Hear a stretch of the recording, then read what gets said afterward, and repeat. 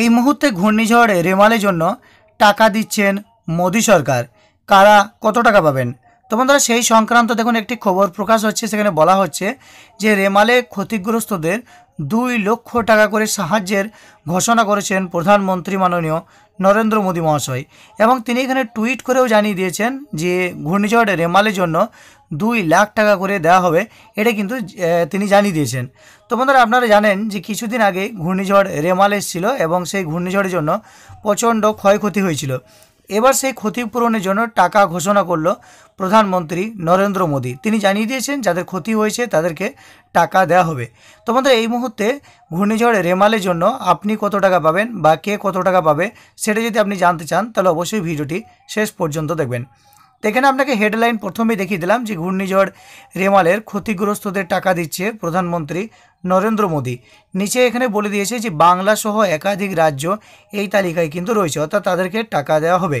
তো বন্ধুরা, সম্প্রতি কিন্তু লোকসভা ভোট ছিল, আর সেই লোকসভা ভোটের জন্যই তিনি এই রেমালের যে ক্ষতিগ্রস্তদের যে টাকা সেটা তিনি ঘোষণা করতে পারেননি।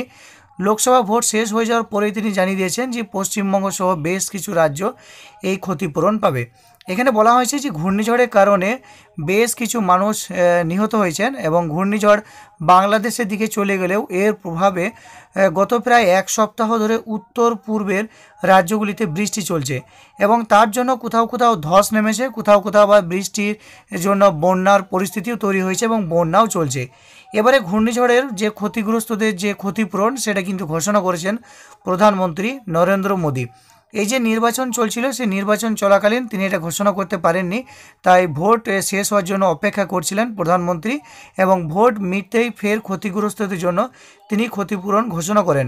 প্রধানমন্ত্রী জাতীয় ত্রাণ তহবিল থেকে রেমালের কারণে আহত এবং নিহতদের পরিবারের জন্য আর্থিক ক্ষতিপূরণ তিনি ঘোষণা করেছেন। এবারে দেখুন কারা কত টাকা পাবেন অবশ্যই আপনাকে জানিয়ে দিচ্ছি। এখানে বলা হয়েছে যে বিগত প্রায় 1 সপ্তাহ ধরে রেমালের প্রভাবে কি হয়েছে না, উত্তর এবং পূর্বের রাজ্যগুলিতে লাগাতার বৃষ্টির কারণে ক্ষতিগ্রস্ত হয়েছে।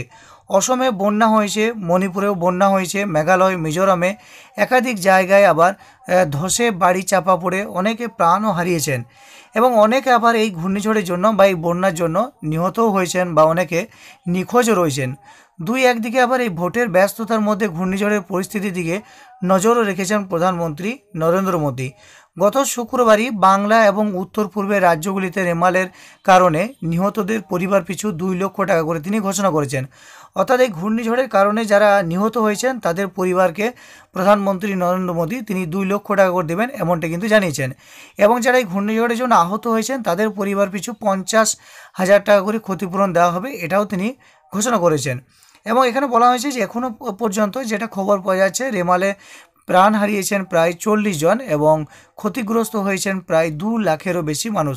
তো এখানে যারা 40 জন মানুষ যারা প্রাণ হারিয়েছেন তাদের প্রত্যেকের পরিবারকে 2 লক্ষ টাকা করে দেওয়া হবে এবং ক্ষতিগ্রস্তদের পরিবারকে 50,000 টাকা করে দেওয়া হবে, এটা কিন্তু জানিয়েছেন। এবং এখানে দেখুন নরেন্দ্র মোদী তিনি কিন্তু টুইট করে সেই কথাটাই জানিয়েছেন যে এক্স গ্রাসিয়া কাদেরকে দেওয়া হবে না, যারা প্রাণ হারিয়েছেন তাদের পরিবারকে 2 লক্ষ টাকা দেওয়া হবে।